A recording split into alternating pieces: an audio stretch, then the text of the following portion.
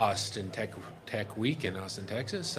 We are at the Capitol Factory on the fifth floor, right outside of the Connector Plus Lounge. And all week long, we have been hearing the voice of the founder. And founders often they find an audience that have a specific problem they know how to solve, they create a solution, and then they want to take that solution to market. And they want to build the right team to do that with. And they start realizing that specialists and professionals exist for a reason. A lot of times they shouldn't be the one trying to build that team and build that strategy on their own. They need to have the right group of people step in alongside with them to put that together. And I'm here with Dan Major. Dan, that is exactly what you do, right? Especially with building the right teams for go-to-market strategies. That's exactly right. Yeah, thank you very much for having me on. And that is exactly what we do. We're a go-to-market recruitment agency. Sorry, am I a little bit far away? Yeah, a little bit. Sorry, you can tell it's my first podcast. Oh, no, it sounds so much better with you.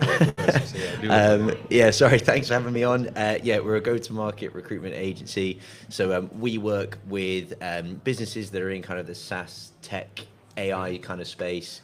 And how to help to build out their teams, whether that's sales, product, marketing, anything sort of within the revenue engine of a business is where we come in and help, serving kind of all across the US. We started in London sort of 10 or 11 years ago. I joined 4 or 5 years ago, originally in London, and now over here in the States. Awesome.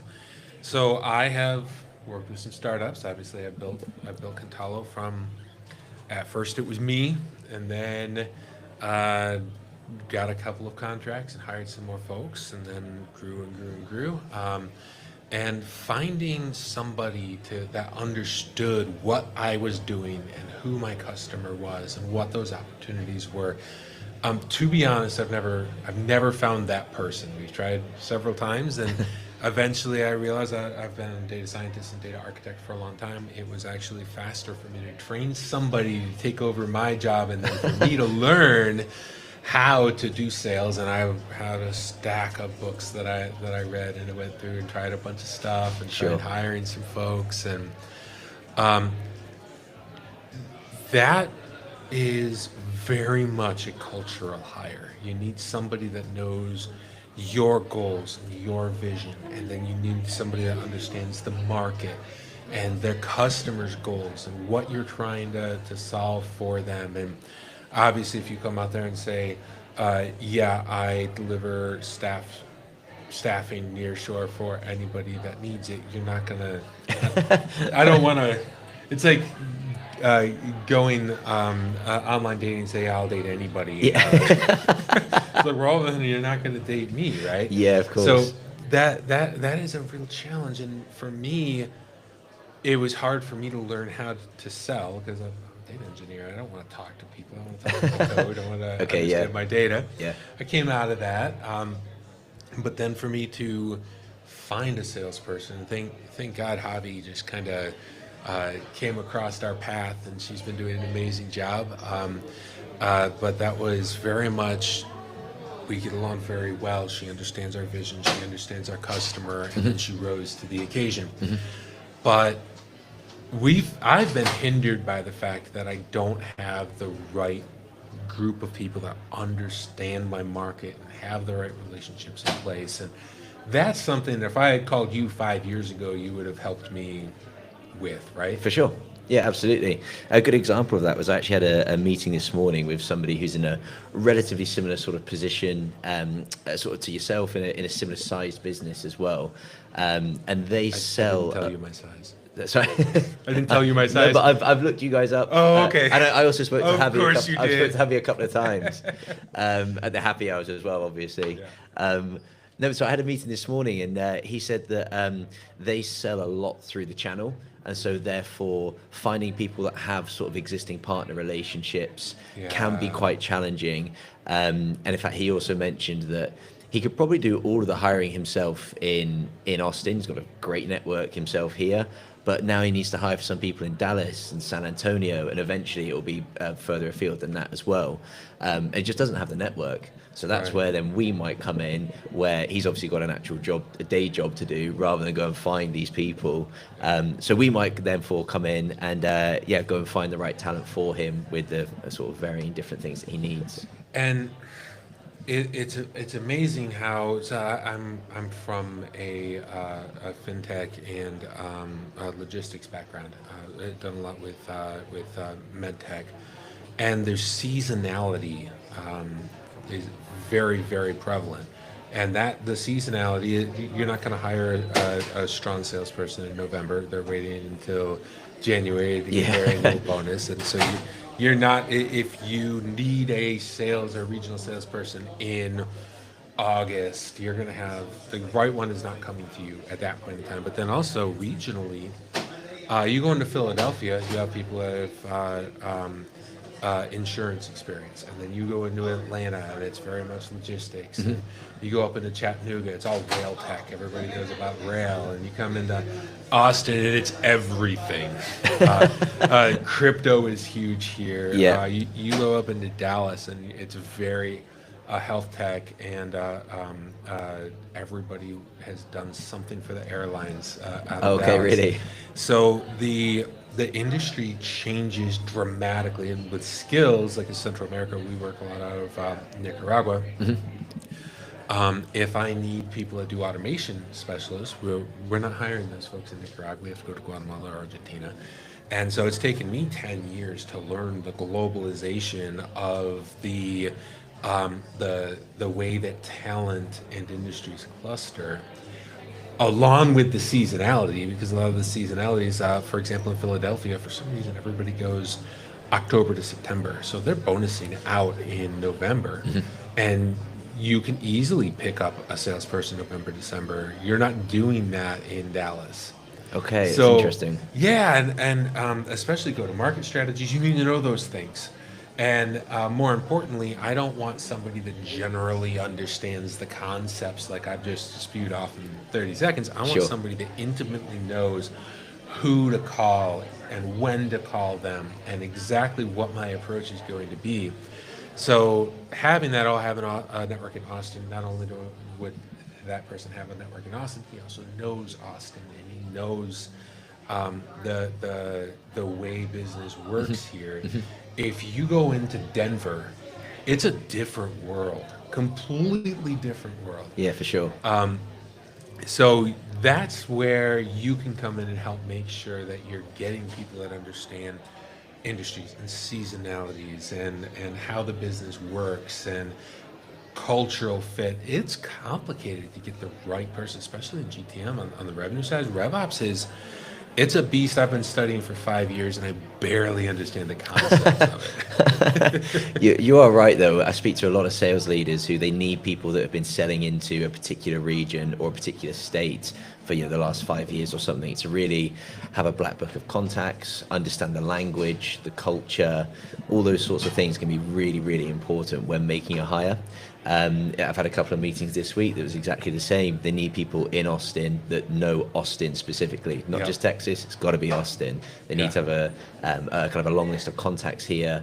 Need to have a history of selling into the space. Obviously, doing very well against the quota that they've been set over multiple years. So that really resonates with a lot of the clients that we work with. Especially you start at that point getting into non-competes and all of those things.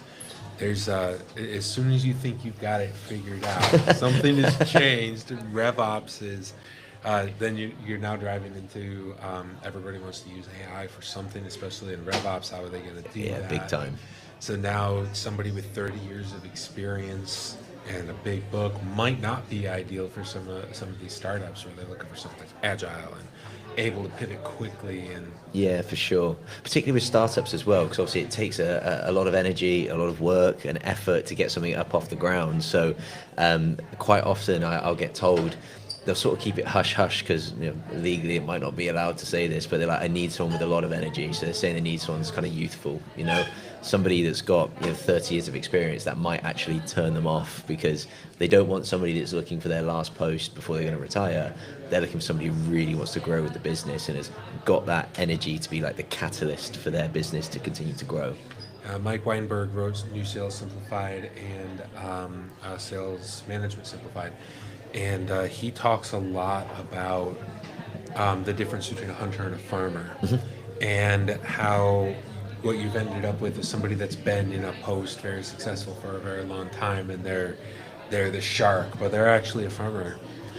Because what they've done is they've took an existing book of customers and they've groomed it and they've developed it, and now you take them somewhere where you don't have that and you can't access those farm grounds anymore, and they got to go out and they got to hunt and they got to get the new sale, and they don't know how to do it. And even if they do, they don't have the energy for it, because it's very easy to be complacent when things are so. For me, I understand now, okay, I've got people who are driving new sales. That's your job. Your entire compensation structures are on new sales. And then we have the account managers whose job it is to keep those accounts growing and attend those accounts and keep them happy. And that compensation structure is very, very different. And their responsibilities are very, very different. Your startup sucks. That's his podcast. Okay. Sucks. Check it out. Better we get time with him this week. So knowing those things, a lot of startups that want to go out and hire somebody that knows everybody and has 30 years of experience, but a lot of times those folks they've been sitting on the same accounts for 20 years. Yeah. And they've been tending and minding those accounts, and you need those people, but that's not your first guy. Your first guy is the person that can walk in and build a relationship out of nothing. Absolutely. And can walk in and say, hey, the product does not meet the requirement. I'm going to sell this, and you're going to fix the product, and have no compulsion about doing that. Yeah, absolutely. Yeah, you're right. You need somebody to come in and build that book of business initially, and then further down the line, you might hire an account manager or whatever the job title is to then come and farm those accounts for future upsells and cross sells, for those sorts of things. And you can get quite active farmers, if you like. They're really sort of on the ball in terms of looking to grow those accounts and their portfolio as much as possible. But it is a different skill set to go and win that account initially, and like you say, make a relationship out of nothing. That is harder. That is a different skill set. Yeah. And as you say, when you're making your first hire as a startup in sales, you need somebody that's a true hunter, that really loves it, is obviously successful at it as well, and can build a portfolio up from nothing. It's not easy. It's a hard skill. It is, and our key account managers, they have gotten very good at saying, hey, Rob, I'm trying to get in over here, and I see that you worked there and you know these three people. Can you make this introduction? So they're opening the door, but they're doing it in a very relationship-centric and relationship growth way. And the account manager can do that. And they have the reputation and they have the prestige and the connection with that account.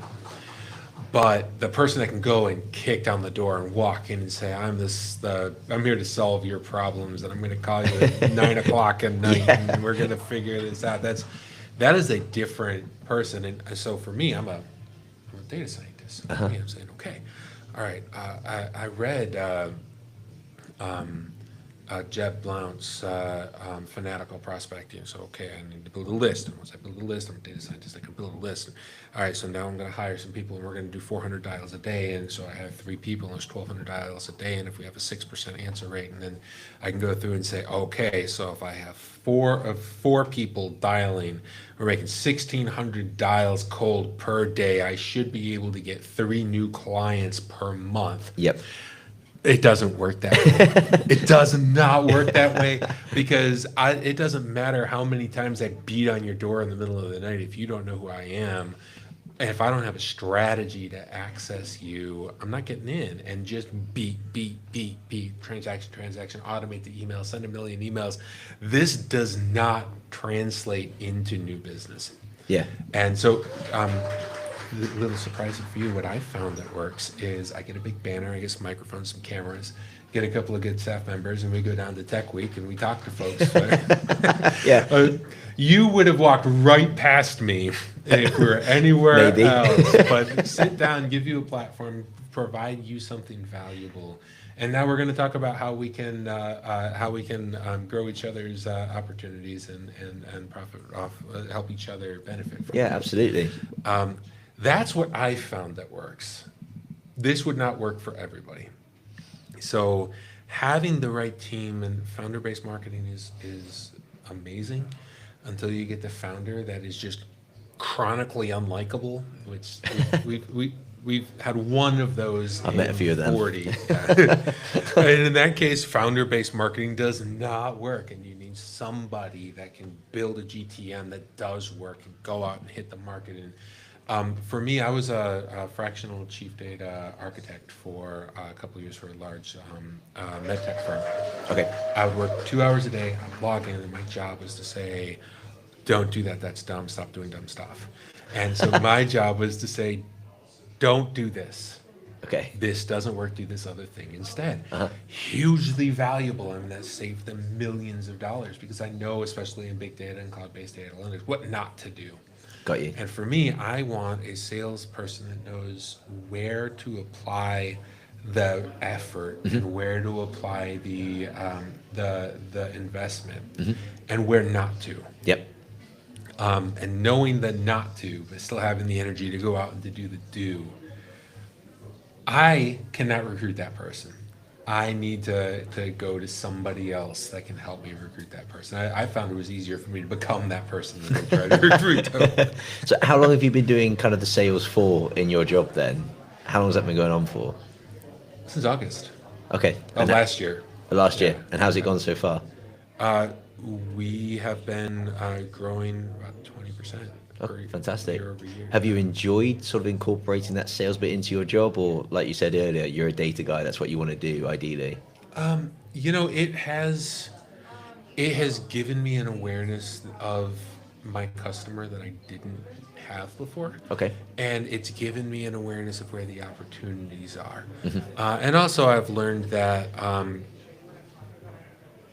I'm good at relational selling and going out and building relationships and building a network, and then having Javi and my account managers come in and groom those things. And marketing has never worked for me when it was just throwing a message out there. But now that I have, we come to Austin Tech Week, we support the cause, and then we get the email addresses from that, and we make connections, and then we groom those in a very relational style. That has been very fulfilling for me. But at the same time, I am a very experienced fractional CTO, and I'm really enjoying the startup rescues, and we're doing a lot of those. Yeah. So I spend half my day now as fractional CTO, and then Okay. I'm a founder of my own company, and then I spend 2-3 hours a day actually driving sales. But I'm not driving the sales; I'm driving the strategy, and Javi's doing the work. Javi and her team. So we started off very much out with me driving it and saying, "Okay, Javi, you do this today, you do this today, come with me, we're going to Philadelphia." And now it's very much, "Hey, Javi, do we have a good pipeline? Oh, it's not so good? Okay, let's go. We need to beef it up. Let's go to Austin. And here we are. Let's go out to Techstars. Let's go to Startup Grind. Let's go do something." And we found a cadence that works for us in that.